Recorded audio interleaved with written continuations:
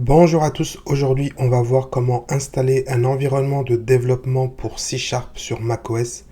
La première chose à faire, c'est d'installer le .NET SDK pour macOS.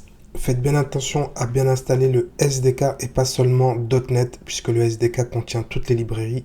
Ici vous sélectionnez le lien suivant votre puce Apple. Donc vous téléchargez, vous suivez le programme d'installation.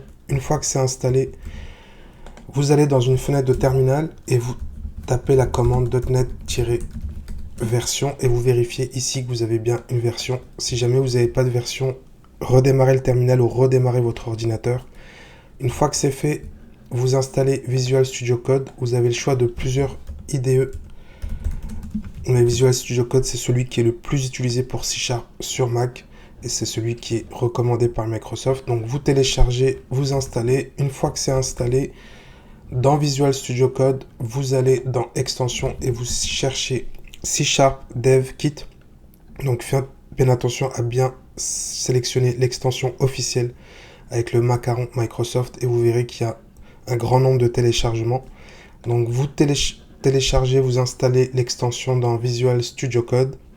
Et une fois que c'est installé, normalement, quand vous allez ouvrir une nouvelle fenêtre de Visual Studio Code, ici, vous allez voir qu'il y a un bouton pour créer un nouveau projet .NET et vous allez pouvoir créer une API ou un programme console. Donc ici, on va créer un programme console pour tester que l'installation a bien fonctionné. Donc je vais chercher console.